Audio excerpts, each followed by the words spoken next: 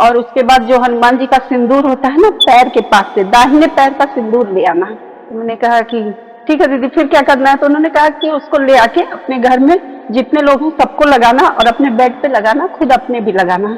ऐसा करना, तुम्हारी समस्या दूर हो जाएगी। फिर उन्होंने कहा कि तुम्हारी पूजा में एक कमी है बेटा। मैंने कहा क्या? तो बोले कि तुम हनुमान जी के 12 नामों को सुबह दोपहर शाम लो। मुझे मेरे मन में ये भी था कि मैं संगम के किनारे ही राम नाम की दीक्षा लूंगी और कुंभ के दौरान ही लूंगी और महामंडलेश्वर से लूंगी।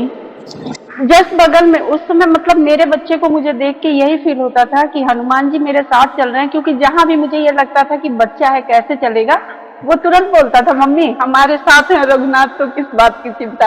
ये अपने आप में पूरे रास्ते मेरे लिए अमृत का काम किया भैया। बहुत इंपॉर्टेंट शेयर करना चाहूंगा। जब आपने भी राम नाम की बात कही, सारे दर्शकों को कहना चाहूंगा, मेरे घर के टेरेस पर वानर सेना की आवाज आनी शुरू हो गई मुझे। तो देखिए गूज़बम्स आ रहे हैं।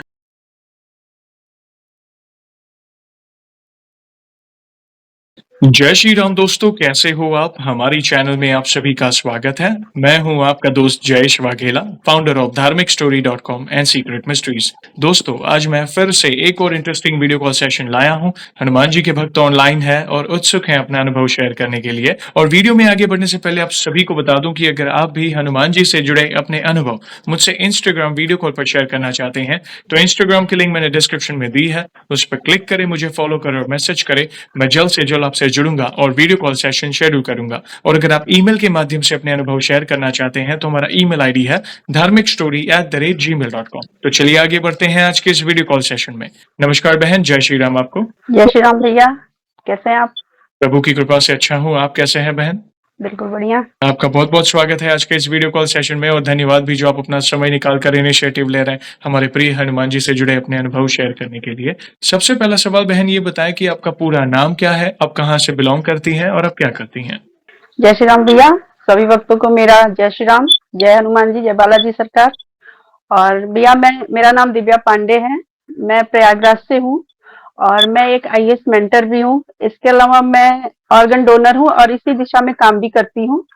तो मेरा यही काम है। फिलहाल बालाजी की बहुत कृपा है मेरे ऊपर कि कुछ अच्छा करने के लिए ही उन्होंने संसार में भेजा हुआ है। बहुत अच्छा लगा जानकर और आप भाग्यशाली है, प्रयागराज से बिलोंग करते हैं। जैसे हम सभी को पता है अभी महाकुंभ का अवसर आया है और आप वहाँ से बिलोंग करते हो। हम अपने आप को भाग्यशाली समझ सकते हैं कि कोई भक्त प्रयागराज से अभी इस समय जुड़ रहा है। Thank you very much. और हम बहुत उत्सुक हैं आपके अनुभव को जानने के लिए बहन। जैसे आपको पता है ये जो सेशन है हमारे प्रिय हनुमान जी से जुड़ा है, तो अगला सवाल उन्हीं से जुड़ा है। ये बताएं कि जीवन में सबसे पहले आप हनुमान जी से कब जुड़े, कैसे जुड़े, जीवन के किस मोड़ पर जुड़े, कौन से नित्य पाठ करते हैं और साथ ही साथ शुरुआत की जर्नी के बाद जो भी आपके अनुभव रहे हैं जिसमें प्रभु ने कोई असंभव कार्य संभव किया हो या उनकी ऊर्जा महसूस की हो या कोई संकेत मिले हो, तो जो भी आपकी जर्नी है उसे आप डिटेल में साझा कर सकते हैं।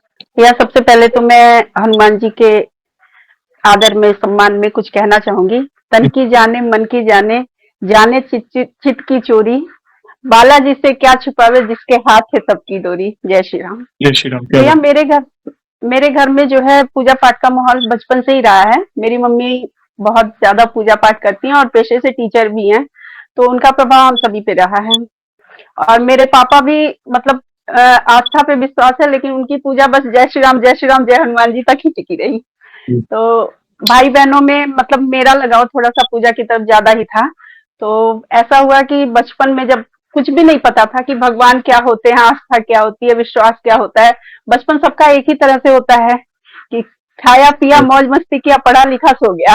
तो एक बार देखा कि मम्मी नवरात्रि का 9 दिन का व्रत कर रही हैं और जैसे जब लालच होती है ना कि मम्मी अच्छा अच्छा बना रही है, खाना है ये चीज हम लोगों को, तो उसी लालच में मैंने चोरी से मम्मी से थोड़ा चोरी करके अगले साल मैंने नवरात्रि का व्रत शुरू कर दिया। 3 दिन तक मम्मी को नहीं बताई, 3 दिन तक नहीं बताई। और जस्ट बगल में ही मेरी बुआ का घर था, तो वहां पे जाके मैं बुआ से बोली कि मैंने नवरात्रि का व्रत रखा है, क्या अच्छा अच्छा बनाई हो वो खिलाओ हम लोगों को। बुआ हंसने लगी, बोली कि क्या है, नवरात्रि का व्रत रखी हो, अभी तुम्हारी क्लास कौन सी है? मैंने कहा 8वीं क्लास है। तो बोली कि 8वीं क्लास से तुमने नवरात्रि का व्रत शुरू कर दिया है। हम कहे बुआ कुछ तो ईश्वर की महिमा भी जानना चाह रही हूँ और कुछ ये भी होता है कि मतलब इस व्रत में बहुत कुछ बनता है, ईश्वर को भोग लगाते हैं, वो भोग बहुत अच्छा लगता है, तो भोग के चक्कर में हमने व्रत शुरू किया। फिर उन्होंने मम्मी से कहा, तो मम्मी कहीं कि अब जब शुरू ही कर दी हो तो ठीक है रहो। तो वो सुबह शाम जो पूजा पाठ करती थी उसमें हम लोगों को बिठाती थी, बकायदे शाम को आरती होती थी। तो वो सब तो ऐसे मस्ती मस्ती में शुरू हुआ था भैया। फिर हुआ यूं कि मेरे पापा एक डिग्री कॉलेज में टीचर हैं, तो हमारे घर में जब जब भी मतलब डिग्री सेक्शन का एग्जाम होता था तो जो कोऑर्डिनेटर होते थे वो बाहर से आते थे, वो हमारे घर में ही रहते थे। तो वो एक बार एक पांडे जी करके थे, यूनिवर्सिटी से आए हुए थे, तो हमारे घर पे रुके हुए थे। तो वो हनुमान जी की खूब पूजा करते थे, ओह! और ऐसे हम लोगों को शाम को बच्चों को बिठा लेते थे और वो महिमा सुनाते थे कि हनुमान जी को क्यों पूजा जाता है। जी, तो उनके कुछ शब्द मुझे याद हैं जो मैं आपके सामने कहना चाहूंगी। उन्होंने कहा कि हनुमान जी एक ऐसे देवता हैं जिनकी आलोचना संसार में कोई नहीं करता है, और उनके जो आराध्य हैं श्री राम जी, वो पृथ्वी पर नर के रूप में उपस्थित हुए और उनकी आलोचना होती है, लेकिन हनुमान जी को चिरंजीवी देवता कहा जाता है।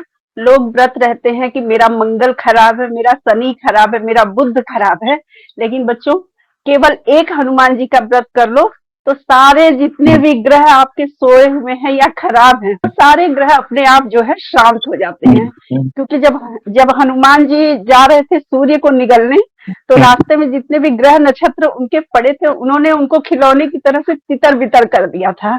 ये कहानी भैया मेरे मन में एकदम घर कर गई। जी, और उसके बाद हुआ यूं कि हमारे घर से थोड़ी ही दूर पे राम जानकी मंदिर है, बहुत बड़ा मंदिर है और बहुत मान्यता भी है उसकी।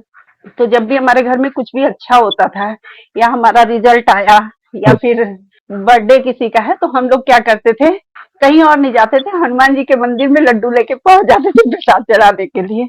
तो यहीं से हमारी पूजा भक्ति शुरू हुई थी। लेकिन बाद में क्या होता है, जब शादी वादी होती है या जी, घर से बाहर हो जाते हैं, यूनिवर्सिटी में हम लोग जब चले गए तो वहां पे हॉस्टल में रहना और पढ़ाई करना, तो इस सब बीच में छूट जाता है। शादी के बाद जिम्मेदारियां आ जाना, तो जी, यहाँ भी हमारी पूजा भक्ति थोड़ी सी छूट गई। भैया काफी सालों से मैंने ज्यादा पूजा पाठ नहीं की, बस वो एक फॉर्मेलिटी के मंदिर में जाना है, दीपक जलाना है, ये सब चीज मतलब ऐसे ही चलता रहा। अभी लास्ट ईयर 2024 सितंबर की बात है, हुआ यूं कि मुझे कुछ कुछ फील होता था हमेशा, जैसे कभी कुछ हवा का झोंका आ रहा है वो मुझे हल्का सा टच करके जा रहा है, या कान में कभी अचानक कुछ आवाज सी सुनाई दे रही है, या फिर मतलब मैं आधी नींद में हूँ तो मुझे ऐसा लगता था कि मेरा हाथ कोई पकड़ के खींच रहा है और मैं अपने आप को बचाने की कोशिश कर रही हूँ, लेकिन मैं बच नहीं पा रही हूँ। उस समय मुझे हनुमान चालीसा नहीं याद था, तो दो चार लाइनें जो मुझे याद आती थी उस समय, वो मैं मतलब उस दौरान कहती थी, और तब मुझे कुछ देर में जैसे लगता था कि मैं जमीन पे हूँ और ठीक हूँ, चेतन अवस्था में आ जाती थी। तो ऐसा मेरे साथ अक्सर होता था और मैं घर में सबसे बोलती थी कि मुझे ये फील होता है। तो घर में सारे लोग हंसते थे, ये तुम्हारा वहम है, हुँ, ये सब पढ़ाई का नतीजा है, तुम रात रात भर जाग के पढ़ती हो, तो इस तरह की चीजें तुम थकान की वजह से होता है ऐसा ऐसा। तो भैया उसी समय मतलब फेसबुक पे कृष्णागिरी माता जी हैं, गुजरात की रहने वाली हैं, साध्वी हैं, मैं उनके संपर्क में आई। मैंने उनसे कहा दीदी मुझे ये प्रॉब्लम होती है, और मैं जब जब मेरे साथ ऐसा होता है तो मैं बहुत डर जाती हूँ, 2-3 दिन तक बहुत डिस्टर्ब रहती हूँ। तो उन्होंने कहा कि ऐसा करो दिव्या, तुम ना पास में कोई हनुमान जी का मंदिर है हुँ, तो वहां जाओ और वहां से हनुमान जी, वहां पे जाके हनुमान जी की पूजा करना, हनुमान चालीसा पढ़ना, हनुमान अष्टक पढ़ना, और उसके बाद जो हनुमान जी का सिंदूर होता है ना पैर के पास से दाहिने पैर का सिंदूर ले आना। तो मैंने कहा कि ठीक है दीदी फिर क्या करना है, तो उन्होंने कहा कि उसको ले आके अपने घर में जितने लोग हैं सबको लगाना और अपने बेड पे लगाना, खुद अपने भी लगाना, ऐसा करना तुम्हारी समस्या दूर हो जाएगी। और वास्तव में भैया वो तो मिरेकल था, ओह! मैंने किया वो चीज और वो मिरेकल था। उस दिन के बाद से आज तक मुझे ना वैसा सपना आया, ना वैसी कोई अनुभूति हुई, और ना ही मतलब मैं रात के 3 बजे सोऊं, 4 बजे सोऊं, कभी भी सोऊं, मुझे कभी डर ही नहीं लगता है। मेरा दूसरा एक्सपीरियंस भैया उसी के बाद हुँ, हुआ। ऐसा हुआ कि मेरे सर में जो है एक साइड में बहुत ज्यादा पेन होता था, ऐसा पेन होता था कि बस ये लगता था कि ये दर्द शुरू हुआ है, इससे अच्छा मर जाऊं। मतलब इतनी भयंकर, इतना भयंकर दर्द होता था कि बस ऐसे सर लटक जाता था और लगता था कि अब भगवान उठा ही ले तो ज्यादा बेहतर है। मैं 15 दिन वो दर्द सही, सिर्फ 15 दिन की बात है। और हुआ ये कि घर में सब लोग परेशान, हुँ, बच्चे बोलते थे चलो डॉक्टर के पास। मुझे डॉक्टर से बहुत डर लगता है, मैं डॉक्टर के पास नहीं जाना चाहती। तो मैंने कहा मैं डॉक्टर के पास नहीं जाऊंगी। फिर उसी समय मैंने आपकी वीडियो देखी, जिसमें लिखा है कि बड़े से बड़े, जिसमें आपने कहा था कि कोई भी रोग हो, कोई भी संकट हो, हनुमान चालीसा पढ़िए। राइट। और वो अभिमंत्रित जल वाला जो जी, जी। प्रक्रिया था, वो मैंने सुना। तो मैं बोली कि मैं तो डॉक्टर के पास जाने से रही, मैं एक बार ये करके देखूंगी। फिर मैंने उसी दिन से शाम के टाइम में मैंने शुरू किया। एक लोटा जल रखा और चना और गुड़ का प्रसाद रखा, और उसके बाद नासै रोग हरे सब पीरा जपत निरंतर हनुमत बीरा का 108 बार मैंने जाप किया और जल को फूका। मैं उस दिन पी, और मुझे उस दिन रात भर कोई पेन नहीं, हुँ, कोई भी दर्द नहीं, किसी तरह का नहीं। मैं रात भर सोई। उसके बाद फिर मैंने दूसरे दिन किया, तीसरे दिन किया, चौथे पांचवें दिन के बाद से भैया मेरे सिर का दर्द कहाँ चला गया। मतलब ये लग रहा था कि मेरे सर में कोई बीमारी हो गई है, मैं बचूंगी नहीं। हुँ। लेकिन वो दर्द कहाँ चला गया मुझे पता ही नहीं चला, और एकदम आज के समय में मैं बिल्कुल स्वस्थ हूँ। बहुत अच्छा लगा जानकर। देखिए, ये जो अभिमंत्रित जल का उपाय बहुत सरल और काफ़ी कारगर है मात्र जल, मगर जो आपका विश्वास है ना प्रभु के प्रति कि नहीं, ये प्रार्थना करके चालीसा के पाठ और चौपाइयाँ बोल के बहुत पावरफुल हो जाता है। ऐसा समझिए कि वो एक बहुत ज्यादा, बहुत ज्यादा। संजीवनी बूटी का कार्य कर देगा वो जल। मतलब एक औषधि का कार्य कर देगा। ये कई भक्तों से मैंने सुना है, बड़ी-बड़ी बीमारियाँ हो या घर में कोई ऐसी वाइब्स हो, और इनफैक्ट शुरुआत में भी देखिए आपने जैसे बताया कि मुझे कुछ ऐसा फ़ील हो रहा था स्वप्न के माध्यम से हो या कहीं न कोई कुछ नेगेटिव फ़ील हो रहा था। हर समस्या का समाधान छुपा है हनुमान चालीसा पाठ में, मैं तो यही कहूँगा। सबसे सरल भक्ति 100%। है, आप जिन भी देवी-देवता को भजो, मगर हनुमान चालीसा का पाठ अवश्य करो। हर सनातनी को इस कलयुग में हनुमान चालीसा का पाठ कंठस्थ होना ज़रूरी है, और होना जो भी चाहिए। माता-पिता देख रहे हैं, प्लीज़ बचपन से ही अपने बच्चों को हनुमान चालीसा का पाठ का ज्ञान दें, उन्हें बताएँ, उसका महत्व बताएँ ताकि बचपन से उन्हें वो कंठस्थ हो जाए और नित्य वे करते रहे पाठ। बहुत, बहुत पावरफुल है। प्लीज़, प्लीज़, प्लीज़ कंटिन्यू करें, हम सुनना चाहेंगे। भैया नीम करोली बाबा जी ने कहा भी है कि हनुमान चालीसा में 40 दोहे और 3 छंद हैं। तो वो 40 दोहे जो हैं वो अपने आप में ही महामंत्र हैं। और चौपाइयाँ, ये बातें, चौपाइयाँ। चौपाइयाँ, सॉरी, हुँ, हाँ चौपाइयाँ वो महामंत्र हैं। यस। तो एक दिन ऐसे ही मेरा बेटा बैठा हुआ था, हुँ, मैंने उसको समझाया, मैंने कहा देखो ये चीजें सुनो, तुम्हें भी याद होना चाहिए क्योंकि तुम अभी बहुत छोटे हो, और अब तुम्हें जिंदगी की लड़ाइयाँ लड़नी होंगी। राइट। तो ये चीजें तुम्हें बहुत आगे ले जाएंगी, तुम करो। भैया उस दिन से मेरा बेटा मेरे साथ रोज शाम को बैठता है। अगर मैं 7 बार हनुमान चालीसा कर रही हूँ तो वो 3 बार करके उठता है, लेकिन करता जरूर है। तो उसको पूरा हनुमान चालीसा अच्छी तरह से याद हो गया। और भैया मुझे हनुमान चालीसा नहीं याद था, मैं सच में झूठ नहीं बोलूंगी, मैं हूँ सनातनी लेकिन मुझे याद नहीं था, क्योंकि मैं जिंदगी भर अपने एक ही काम में लगी रही, मुझे पढ़ाई लिखाई ही करनी है।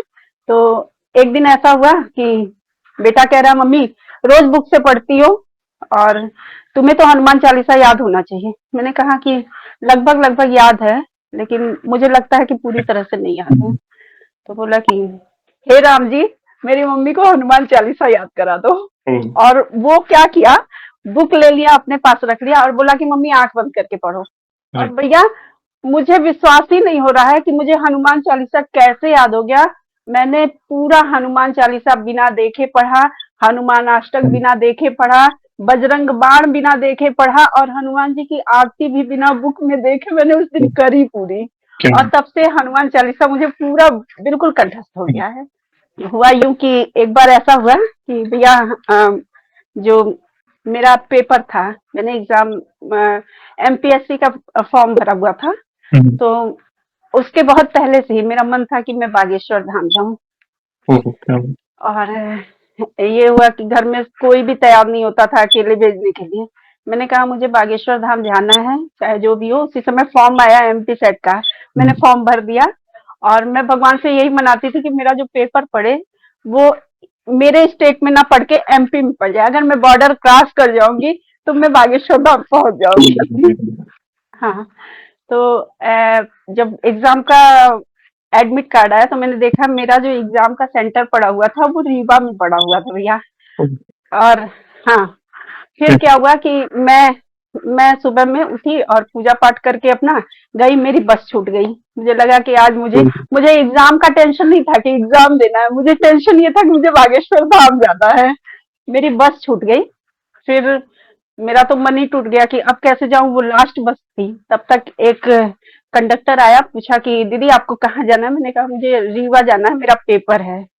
तो बोला कि मैं आपको एमपी बॉर्डर तक छोड़ सकता हूँ, वहां से आपको दूसरी बस मिल जाएगी, आप चली जाइएगा। जी। उसने बिठाया और भैया 12 बजे से पेपर था, 7 बजे से यहाँ से बस छूटी, मैं 10 बजे पहुंची बॉर्डर पे।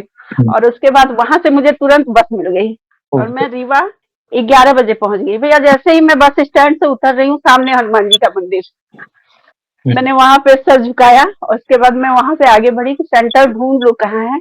जब मैं सेंटर पे पहुंची तो जस्ट सामने हनुमान जी का मंदिर। क्या बात है। और हाँ, फिर मेरे पास टाइम था तो मैंने क्या किया कि कहाँ इधर उधर बैठूंगी, मैं मंदिर में जाती हूँ। मैं जब मंदिर में गई तो इतनी सुंदर मूर्ति हनुमान जी की और एक पुजारी जी वहां बैठे हुए थे, इतने भव्य दिख रहे थे। मेरा मन अपने आप किया कि मैं यहाँ बैठ के हनुमान चालीसा का पाठ करती हूँ। जी। फिर मैं वहां बैठी और मैंने हनुमान चालीसा का पाठ किया। मैं पेपर मतलब करके उनसे प्रसाद दिया और पेपर देने पहुंच गई। अब दिमाग में तो यही चल रहा था, मुझे बागेश्वर धाम जाना है। अब क्या करूं, अकेली थी, समझ में नहीं आ रहा था इधर जाऊं कि उधर जाऊं। फिर ये हुआ कि चलो हनुमान जी का नाम लेके चलते हैं। जैसे जैसे आगे बढ़ती गई, एक एक लोग गाइड करने के लिए मुझे मिलते ही चले गए, आप यहाँ से यहाँ जाइए, यहाँ से यहाँ जाइए, आपको बस मिल जाएगी। और जब मैं बस स्टैंड पे पहुंची, भैया रीवा की आखिरी बस लगी हुई थी, मात्र 5 मिनट अगर लेट होता तो वो बस छूट जाती मेरी। अरे बागेश्वर धाम की, हाँ बागेश्वर धाम की। नाम की यस, रीवा तो एग्जाम था आपका। हाँ यस। हाँ हाँ। फिर क्या हुआ, मैं बस में बैठी, उस पूरे बस में सिर्फ एक लेडी और पूरे जेंट्स। भैया हाँ, लेकिन क्या हुआ, अब डर तो लगेगा ना कि मैं अभी ये कहीं उतर जाएगी तो लेडी के नाम पे मैं अकेले रह जाऊंगी। भैया जहां जहां मुझे डर लगता था, वहां वहां जब मैं खिड़की से बाहर देखती थी, हनुमान जी थे, हर जगह हनुमान जी थे। मैं कहीं बाबा आप साथ चल रहे हो मेरे, तो फिर जैसे बोलती थी बाबा आप मेरे साथ चल रहे हो, फिर देखती थी फिर हनुमान जी दिखते थे। मैंने कहा आज ये साथ है, आज मुझे पहुंचा देंगे। भैया मैं रात के 9:30 बजे बागेश्वर धाम पहुंची। जी। और बागेश्वर धाम से पहले जहाँ रोड पे उतारते हैं, वहां से बागेश्वर धाम जाने का रास्ता करीब 5 किलोमीटर अंदर की तरफ जाना पड़ता है। और जिस समय मैं पहुंची उस समय पूरे आसपास में कोई ऑटो नहीं, कोई टैक्सी नहीं। मैंने अपनी आंख से देखा, मुझे तो टेंशन हो गया कि मैं जाऊंगी कैसे। चारों तरफ देख लिया भैया। फिर मैं उतर के सड़क पे अभी खड़ी ही हो रही हूँ। मैंने कहा बालाजी मैं आपके दरबार तक तो आ गई हूँ, अब आपके पास तक आना है, आप कोई भी साधन मेरे लिए भेजिए, चाहे जहां से भेजिए। भैया अभी कह के आंख खोल ही रही हूँ, तब तक आगे एक ऑटो खड़ा। और हाँ, कहा कि धाम जाना है। मैंने कहा हाँ।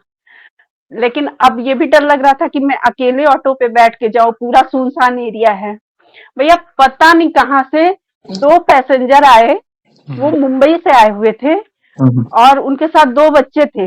उन्होंने कहा दीदी धाम जा रही है। मैंने कहा हाँ। तो क्या मैं भी बैठ जाऊं। मैंने कहा एकदम आराम, में तो चाह रही थी कोई आ जाए। भैया वो दोनों पैसेंजर मुझे केवल रास्ते में दिखे, पूरे धाम में वो मेरे साथ ही उतरे। लेकिन मैं वहां पे 24 से 48 घंटे थी, मुझे वो लोग कहीं दिखे ही नहीं। मैंने उनको बहुत ढूंढा भी, मतलब मेरे साथ ही आए हैं, जस्ट बगल में उन्होंने रूम बुक किया, लेकिन कहीं भी वो मुझे दिखे ही नहीं। ये मेरे लिए बहुत ही आश्चर्यजनक बात थी कि आखिर वो लोग गए कहाँ अचानक में। अच्छा, फिर मैं बागेश्वर धाम जब पहुंच गई तो तुरंत मुझे एक रूम मिल गया वहां पे।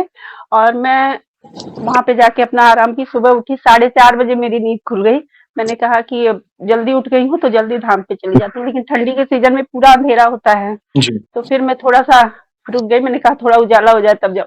भैया मैं मंदिर तक गई और आपको मैं बताऊं, उतना सुंदर दर्शन बहुत कम लोगों को मिलता है। जस्ट मेरे सामने बालाजी का मंदिर, यहाँ मैं खड़ी, मैंने उनके सामने खड़ा होकर सुंदर कांड का पाठ किया, हनुमान चालीसा पढ़ी, ढंग से आरती की और प्रसाद लिया। और जैसे ही मैं आगे बढ़ रही हूँ, पीछे लाखों की संख्या में भीड़।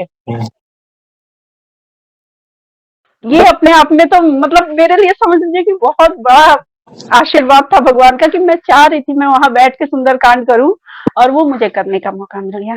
जब मैं वहां से आगे बढ़ी तो मुझे ये लगा कि अब यहाँ आ गई हूँ तो परिक्रमा कर लूं। फिर अब जी। मेरे पैर में थोड़ी सी दिक्कत थी उस समय। तो एक छोटी सी लड़की थी, वो बोली दीदी परिक्रमा नहीं की। मैंने कहा नहीं। तो बोली परिक्रमा कर लीजिए, परिक्रमा करने के बाद ही जो है मन्नत पूरी होती है। मैंने कहा कितने किलोमीटर का परिक्रमा है? तो बोलती है कि 1 किलोमीटर का। भैया सुन के तो पहले लगा कि चक्कर आ जाएगा, गिर जाऊंगी, 7 किलोमीटर में चलूंगी कैसे। लेकिन उसके बाद आपका एक मैंने वीडियो देखा था जिसमें आपने डिजिटल माला यस, का वो दिखा। यस। यस यस, यही देख के मैंने ऑर्डर किया, मैंने मंगाया था। और मैं जहां भी जाती हूँ ये डिजिटल माला लेके जाती हूँ। तो मैं वही डिजिटल माला हाथ में पकड़ी, राम राम राम राम करते करते मैंने 7 किलोमीटर की परिक्रमा पूरी कर ली। क्या? और भैया जब से मैं बागेश्वर धाम से आई हूँ, जैसे लगता है कि लाइफ में इतना बदलाव आ गया, इतने चेंजेस आ गए हैं, इतना सुकून मिलता है मुझे कि आने के बाद आप समझिए कि मेरे घर में बच्चे लहसुन प्याज खाते थे, मैं भी खाती थी। मेरे घर में हर एक सदस्य ने लहसुन प्याज छोड़ दिया। मेरे घर में सुबह और शाम हनुमान जी की पूजा होती ही होती है। पड़ोसी तक कहते हैं कि तुम्हारा घर घर नहीं मंदिर लगता है।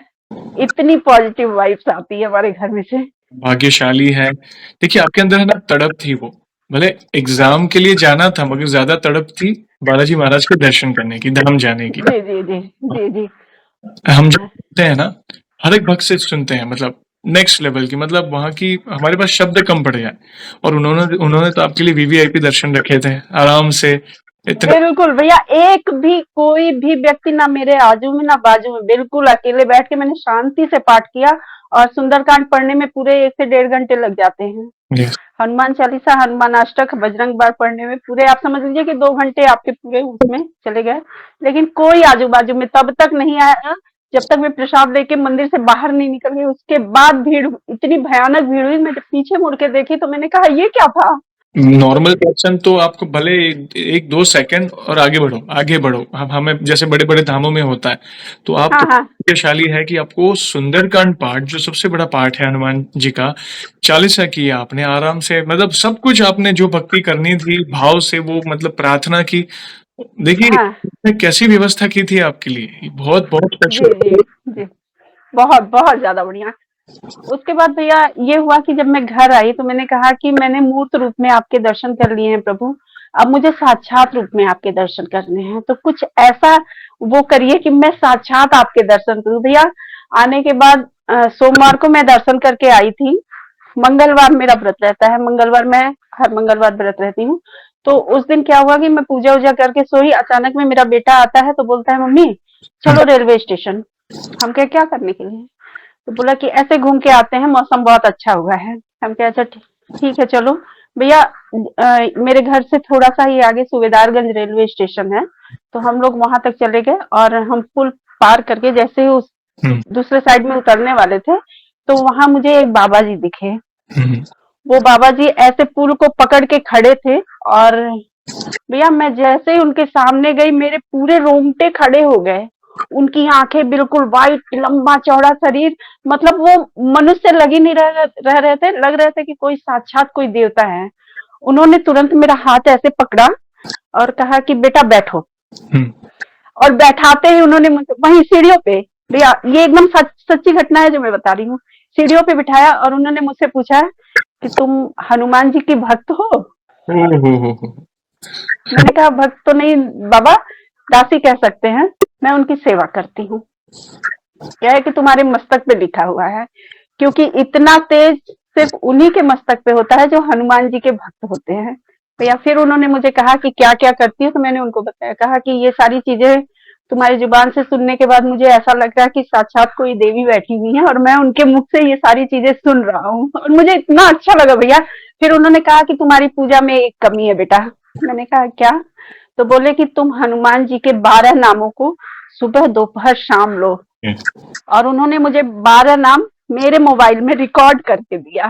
ओह हो! और उसके बाद भैया ये सारी बातें करने के बाद वो वहां से उठे और चले गए। उसके बाद ना उन बाबा जी का कभी फोन लगा, ना उनसे मेरी दोबारा कभी बात हुई। उसके 2-4 दिन के बाद जब मैंने सोचा, मैंने सुबह ये कह के सोई, मैं यही कह के सोई थी। और बाबा जी ने मुझे एक नंबर भी दिया था, लो नंबर ट्राई करती हूँ। Not reachable, number not reachable, आज भी ट्राई करती हूँ तो नंबर नॉट रीचेबल भैया। लगेगा भी नहीं क्योंकि अभी आपको मैसेज देना चाहते थे। मैसेज कि भई भैया वो साक्षात साक्षात हनुमान जी, उनके साथ मेरी एक फोटो भी है, मैं आपको शेयर करूंगी। जी, अवश्य। और ये हमारा सौभाग्य हो। हाँ थैंक यू वेरी मच। वे आपको कहने आए थे जो भक्ति में कुछ ऐड करना जैसे 12 नाम आपने बहुत ही चमत्कारी नाम है प्रभु के। वे हाँ हाँ। इससे क्या पता चलता है प्रभु आपसे बहुत प्रसन्न है। वे आते हैं किसी न किसी रूप में, किसी के माध्यम से वो आपको अंदर से सिक्योरनेस फ़ील कराएँगे कि नहीं मैं प्रसन्न हूँ, तू चिंता ना कर मैं तेरे साथ हूँ। बस वो मैसेज देने आए थे। अच्छा लगा। हम अपने आपकी भक्ति को नमन बहन। ये हम अपने आप को भाग्यशाली समझ सकते हैं कि आप जैसे भक्त जुड़ रहे हैं और इतनी अच्छी-अच्छी अनुभूतियाँ शेयर कर रहे हैं।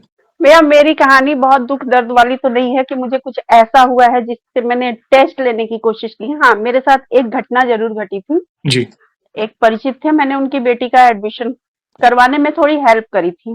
अब क्या हुआ कि मैं तो किसी को बता सकती हूँ कि इनके जरिए आप करवा लो एडमिशन, मेरा तो कोई उसमें रोल नहीं, बस इतना है कि भाई जानकारी है मुझे, मैंने आपको बता दिया।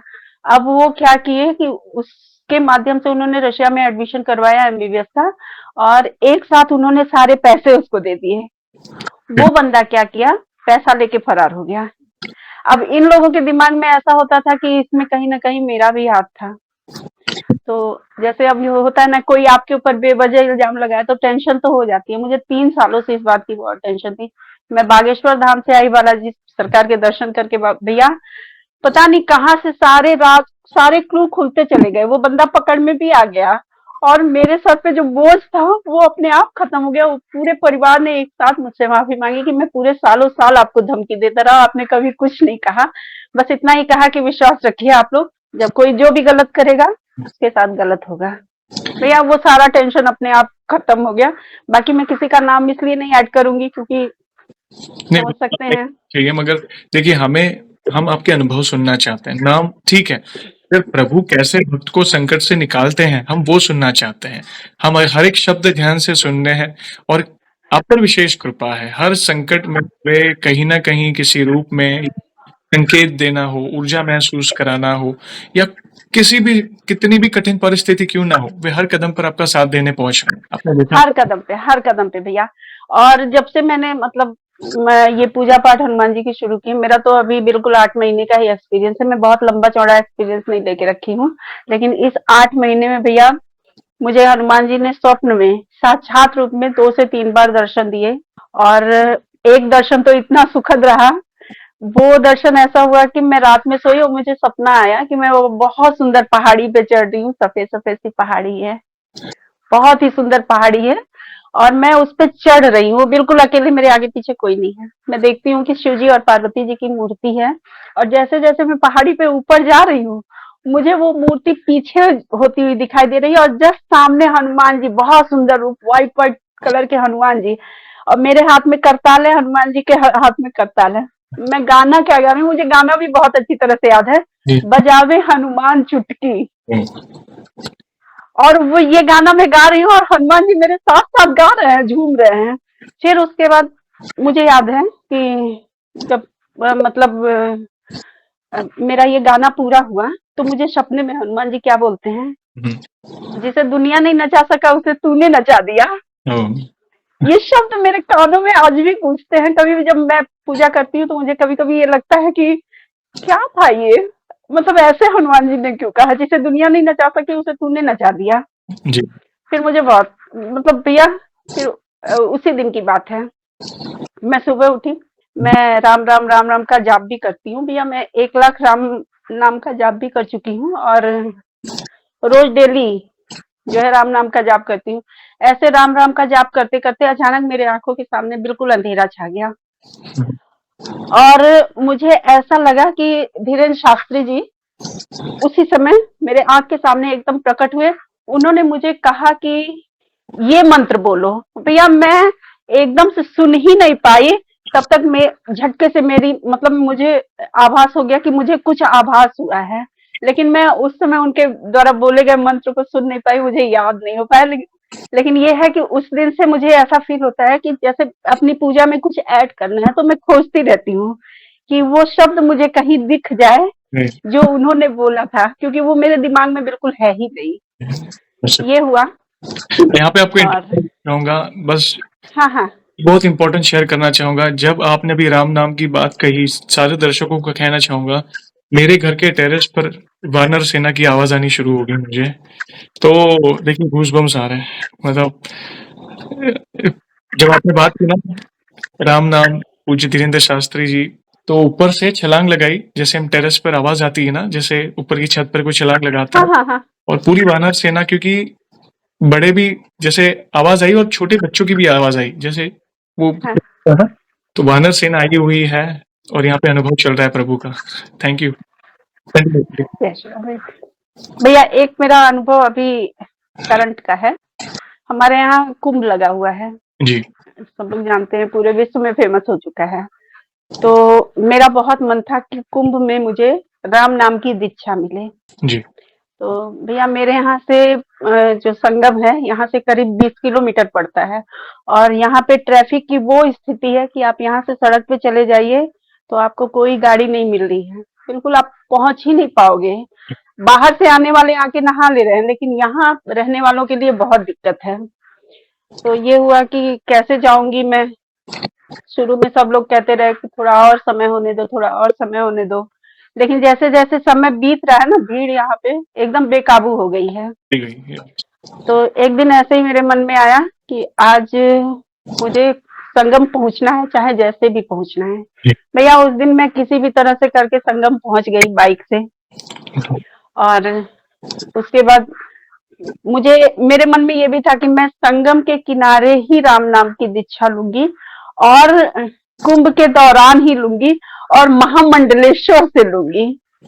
ओहो! ये मेरी, हाँ, ये मैंने पहले से ही सोच के रखा था और ये मेरे घर में सब लोग जानते हैं। तो सब लोग बोले कि महामंडलेश्वर ऐसे दीक्षा नहीं देते हैं, वो जिसको जानते हैं या फिर पहले से ही उनकी बुकिंग होती है तभी आपको दीक्षा मिलती है वरना नहीं मिलती है। मैंने कहा मैं कुछ नहीं जानती, मुझे लेना है तो लेना है।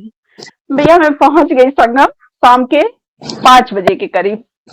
और उसके बाद संगम तट से जब मैं निकली तो पुल पार करते हुए मैं उस जगह पे पहुंची जहाँ सारे महामंडलेश्वर रुके हुए थे।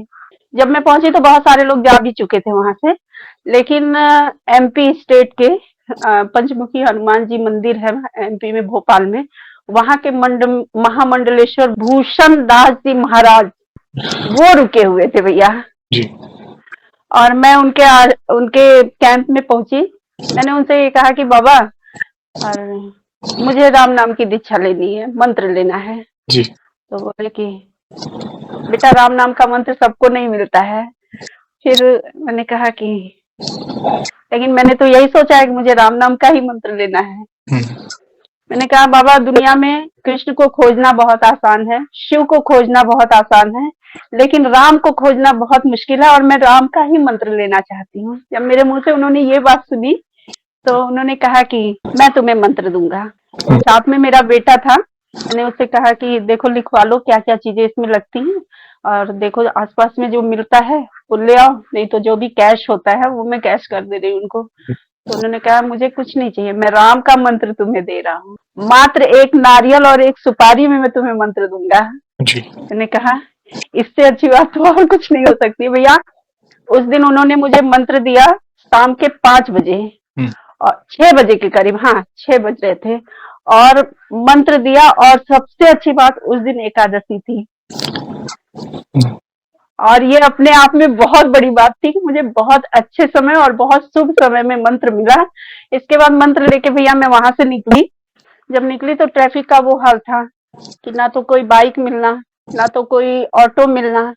अब हमारे वहां से 20 किलोमीटर मेरा घर पड़ रहा है, कैसे चला जाए।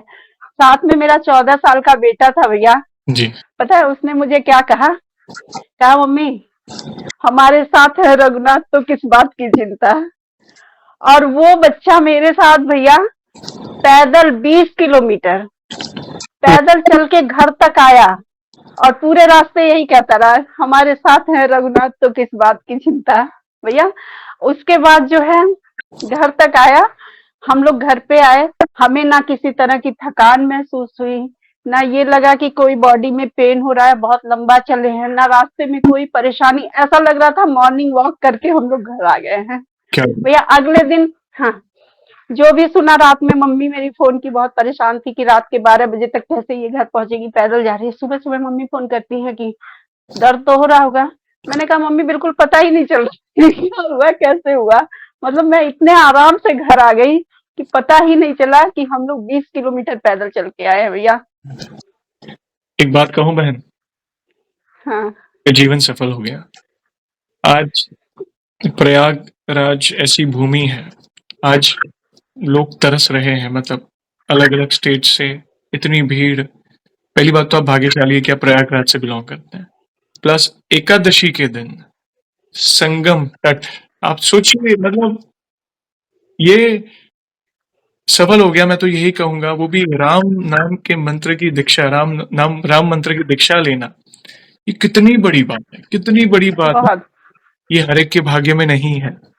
और वहां तक पहुंचाने वाले कौन है पता है? हमारे श्री हनुमान जी महाराज, क्योंकि वे ही एकदम भैया। तक लेकर जाते हैं। राम दुआरे तुम रखवारे, ठीक है। तो वे ही आपको, जो आपके अंदर बल था ना, वो 20 किलोमीटर जाना आना, टेंशन था, मगर लगते क्या, अरे कोई बात नहीं, कुछ नहीं, जैसे आपकी मम्मी ने फोन किया, सब सही, पूछो। हाँ, जस्ट बगल में उस समय, मतलब मेरे बच्चे को मुझे देख के यही फील होता था कि हनुमान जी मेरे साथ चल रहे हैं, क्योंकि जहां भी मुझे ये लगता था कि बच्चा है कैसे चलेगा, वो तुरंत बोलता था मम्मी हमारे साथ है रघुनाथ, तो किस बात की चिंता। ये अपने आप में पूरे रास्ते मेरे लिए अमृत का काम किया भैया। वे है, हर कदम पर आपके साथ है, वे हर कदम पर आपके साथ है। बस मैं यही कहूंगा, आपके श्रीमुख से प्रभु की महिमा सुनकर हम धन्य हो गए। और हम चाह हम बहुत अपने आप को भाग्यशाली समझ सकते हैं कि अलग अलग जगह से, घर घर से भक्तजन जुड़ रहे हैं। ये मतलब कैसे कैसे अद्भुत अनुभव हमें सुनने मिल रहे हैं, ये बहुत बड़ी बात है। मतलब ऐसा समझिए कि हम प्रभु से जुड़ी कथा सुन रहे हैं कि किस तरह एक भक्त के जीवन में प्रभु आते हैं, कैसे उनके जीवन में उनकी सहायता करते हैं, कैसे उनके जीवन में परिवर्तन आता है, कैसे उन्हें संकट बिल्कुल निकालते हैं और असंभव को संभव करते हैं। भैया, अप्स एंड डाउन्स तो सबकी लाइफ में आता है, हमारी भी जिंदगी में बहुत बार आया है, लेकिन कभी कभी ऐसा लगता है कि जो हमारे जीवन में नेगेटिविटी आती है, जो हमारे समय खराब होते हैं, उन समय में अगर हम घबरा गए और ईश्वर को दोष देना शुरू कर दिए, तो हम साक्षात उनका अपमान कर रहे हैं। हमें अपने आप को उन्हें समर्पित कर देना है, मेरा अच्छा बुरा जो भी होगा वो देख लेंगे। और मैं यही करती हूँ, मैंने कभी किसी को दोष नहीं दिया कि मेरे इस समय के आप दोषी हैं या इस समय के आप दोषी नहीं। सब ईश्वर के ऊपर छोड़ दो, जो करेंगे अच्छा करेंगे, मेरे लिए कुछ बेहतर ही सोच के रखा होगा। क्योंकि भैया मेरी बचपन से एक इच्छा थी, और मैं, मतलब लोग सुन रहे होंगे लेकिन कहने में थोड़ा सा अजीब लग रहा है, लेकिन मेरी बचपन से एक ही इच्छा है कि जब मैं मरूं तो मुझे एक दो व्यक्ति या 10 व्यक्ति या 1000 व्यक्ति ना जाने, मुझे करोड़ों की संख्या में लोग जाने। ये एक बचपन से मेरी इच्छा थी भैया। तो मैं अभी छोटे छोटे काम भी करती हूँ, जैसे किसी की मदद करना है आगे बढ़ के। अगर मैं धन से नहीं कर सकती हूँ तो बोल के कर सकती हूँ, बोल के नहीं कर सकती हूँ तो किसी जरिए उनकी मदद कर सकती हूँ, ये करती हूँ भैया। लेकिन मुझे संतुष्टि नहीं मिल रही थी इन सब कामों से। एक दिन ऐसा हुआ कि एक एयरफोर्स के एक ऑफिसर थे, उनका प्लेन क्रैश में हाथ दोनों कट गया था, ओह, दोनों हाथ कट गया था। तो उनसे ऑनलाइन मेरी बात हुई। मैंने पूछा भैया आपने हाथ क्यों नहीं लगवाया? तो उन्होंने कहा कि हम अपनी ड्यूटी के स्टार्टिंग पीरियड में ही हमारे साथ ये हादसा हो गया था, और उसके बाद जो इसका खर्च आता है ये हम वहन नहीं कर सकते हैं, हमारे बस की बात नहीं है। जी, भैया पता नहीं क्यों मुझे ऐसा महसूस हुआ कि कोई कान में ये आके कह रहा है कि तू कुछ सोच मत, जो तू चाहती है वो कर ले। भैया उसी समय मेरे दिमाग में आया कि देहदान, इससे बड़ा कोई धर्म नहीं है। और मैंने तुरंत ही अपना रजिस्ट्रेशन कराया, और उत्तर प्रदेश की मैं पहली 2024 की पहली महिला बनी देहदान के रूप में, देहदानी के रूप में। और जो है मैंने संपूर्ण अंगदान में रजिस्टर्ड कर दी है। और अब तक भैया मैंने 100 से ऊपर लोगों को इस दिशा में जागरूक भी किया है। बहुत लोगों ने मेरे संपर्क में आने के बाद देहदान किया है, और मुझे बहुत अच्छा लगता है कि भाई हमारे शरीर का क्या, हम मर जाएंगे, मिट्टी हो जाएगी, जल जाना है। किसी के शरीर में अगर लग के उसको जीवन दान दे रहा है तो इससे बड़ा कोई दान नहीं है, इससे बड़ा कोई धर्म नहीं है। बहुत तो बढ़िया। ये मैंने किया है भैया। बहुत बड़ी बात है और ये मैं सही बात बोलूँ प्रभु बहुत प्रसन्न होंगे आपसे। प्रभु बहुत प्रसन्न मतलब हम सब कुछ तो देते हैं मतलब विचार देखिए आपके दिल में दया है ना, क्योंकि आपकी दया क्यों है? क्योंकि प्रभु का वास है आपके अंदर। प्रभु की कृपा है। ये बहुत बड़ी कृपा बात है। ये मैंने कब से मैं आपने कब से एक ही वर्ड सुना होगा मेरे मुख से कि आप भाग्यशाली हैं, आप भाग्यशाली हैं। ये फिट बैठता है आपके अनुभवों में। तो ये जो आप कर रहे हैं ना, ये हर एक के भाग्य में नहीं है। इनिशिएटिव लेना, लोग इनिशिएटिव लेने से कतराते हैं या बहुत सारे एक्सक्यूजेस होते हैं लाइफ में। आप जैसे कुछ दिन पहले एक बहन आए थे दिल्ली से, हम सभी को पता है। तो उन्होंने क्या इनिशिएटिव लिया, उन्होंने वे वृद्धाश्रम में सेवा देते हैं, अनाथालय में सेवा करते हैं। प्लस एक ऐसी सेवा मतलब वो इंश्योरेंस एजेंट हैं, तो उन्होंने देखा वे शमशान जाते थे, देहा मतलब जो फॉर्मेलिटीज होती कुछ होती है इंश्योरेंस में, तो उन्होंने देखा कि ऐसी कितनी लावारिस लाशें वे देखते थे, अरे जिनका आगे पीछे कोई नहीं। तो उन्होंने वो सेवा हाथ में ली, सोचो ऐसे देखी थी मैं। ये मतलब मैं आप जैसे भक्तों से प्रभु बहुत प्रसन्न होंगे। ये उनकी कृपा है, तब जाके ऐसे विचार आते हैं और ये विचार आते हैं तब जाके आप इनिशिएटिव ले पाते हैं। धन्यवाद बहन। बिल्कुल। बहुत प्यारे-प्यारे अनुभव आपने बहन शेयर किए। मतलब यहाँ पे एक सवाल पूछना चाहूँगा, जैसे आज हमने आपके अनुभव सुने, वैसे आपने हमारे चैनल में भी बाकी भक्तों के अनुभव सुने होंगे। तो वैसे आप हमारी वीडियोज़ कब से देख रहे हैं? और बाकी भक्तों के अनुभव देखकर, सुनकर, जानकर आपको क्या मोटिवेशन मिला? आप अपने भाव अपने शब्दों में बता सकते हैं। भैया मैं आपकी वीडियो पहला वीडियो मैंने देखा था दीपक जी का, जो राजस्थान से पैदल चलकर बागेश्वर धाम आए थे, और मुझे वो वीडियो काफी मतलब प्रेरित किया। ऐसा हो सकता है, इतना दूर कोई कैसे चल सकता है, और वो भी सिर्फ ये सुनने के मतलब धीरेन्द्र शास्त्री ने मेरा नाम लिया और मुझे जाना चाहिए। रास्ते में कितनी भी प्रॉब्लम्स आई, उन्होंने सारे प्रॉब्लम्स को फेस किया, तो ये उनके ऊपर बालाजी की काफी कृपा रही, तो है उनकी कृपा। और तभी से भैया मैंने आपकी सारी वीडियोस देखी, बहुत सारे एक्सपीरियंस देखे, मुझे काफी अच्छा लगा, और इससे ये लगता है कि मतलब दुनिया में हम खुद नहीं चलते, हमें चलाने वाला वही है। यस। वही है। हाँ, वही चला रहा है, तभी हम चल पा रहे हैं। तो हमें, अगर हमारे लिए वो इतना कर सकते हैं, तो हम थोड़ा सा समय उनको क्यों नहीं दे सकते हैं। देखिए आज की युवा पीढ़ी बहुत भटकी हुई है भैया। यस। पूजा पाठ में जल्दी किसी का मन नहीं लगता। अरे ये क्या है, ये सब तो ढोंग है, ये है वो है। कुछ ढोंग नहीं है।